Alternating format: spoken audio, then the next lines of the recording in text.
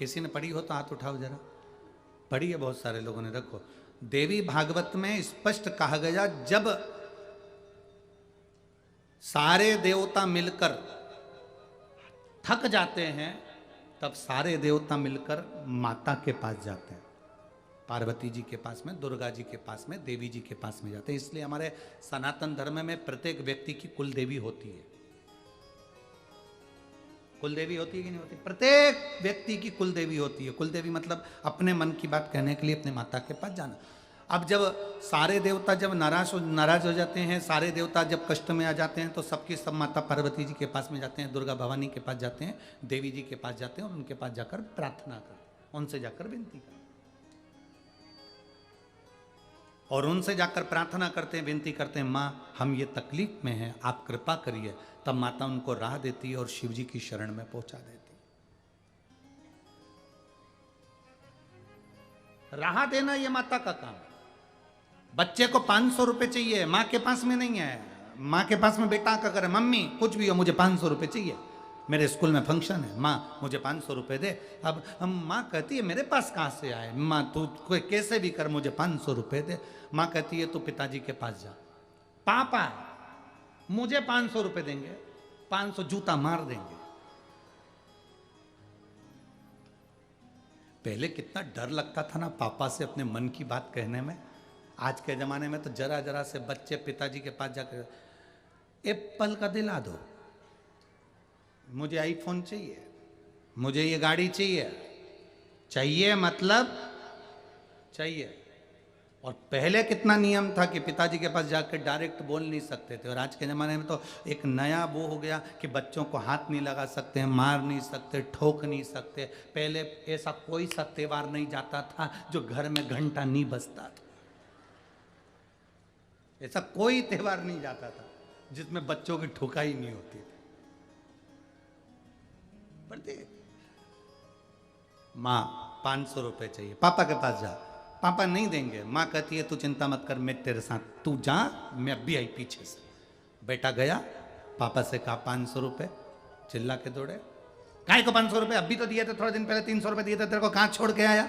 अभी मैंने तेरे को 200 रुपए जमा करे थे स्कूल में, वो कहाँ छोड़ के आया?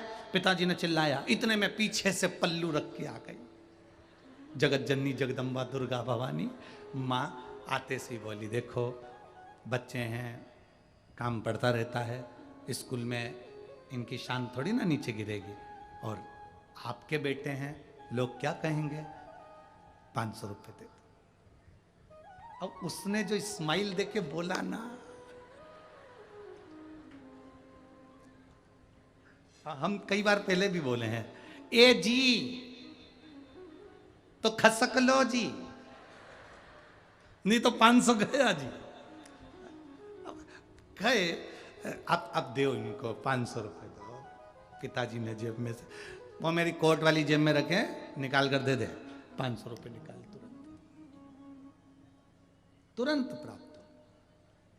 मां, जब देवताओं भी कष्ट में आ जाते थे तो माता दुर्गा भवानी के पास जाते थे, पार्वती जी से जाकर विनती करते, माता पार्वती उनको शिव की शरण में ले जाती। सब डरते कांपते, शंकर रुद्र हैं, शिव क्रोधी हैं।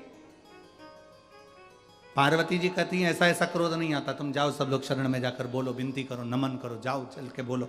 सामने जाकर उनसे विनती करी, पार्वती जी आकर खड़ी हो जाती हैं और आके कहती हैं कि प्रभु स्वीकार करो। हम जब शंकर भगवान के शिवलिंग पर जल चढ़ाते हैं तो वो जल सबसे पहले चढ़ा हुआ जल कहाँ आता है? जम के बोलो, पार्वती जी के हस्त कमल। फिर वो जल आगे बढ़ता है। जब हम जल चढ़ाते हैं, ये पार्वती जी का जो हस्त कमल है, इस हस्त कमल पर जल आता है, फिर जल आगे बढ़ता है। हमारे मन की मनोकामना पूरी क्यों होती है? हम बाबा को जल चढ़ाते हैं, आचमन करते हैं, हम बेलपत्री लेते हैं, खाते हैं, हम बाबा से प्रार्थना करते हैं, बाबा मेरे मन की बात यह है। क्यों सिद्ध होती है? क्यों सिद्ध होती है? क्योंकि हम पार्वती जी को जल नहीं दे रहे हैं, हम शिव जी को दे रहे हैं। शिव जी का चढ़ा हुआ जल पार्वती जी के पास में गया, पार्वती जी ने हमारे मन की बात उसी समय पर महादेव से कही और हमारा कार्य सफल हो गया। बोल बम का नारा है, सारी समस्या का हल। बस आपने कहा और उसने स्वीकार किया। आपने कहा और उन्होंने पाया। ये श्रेष्ठता।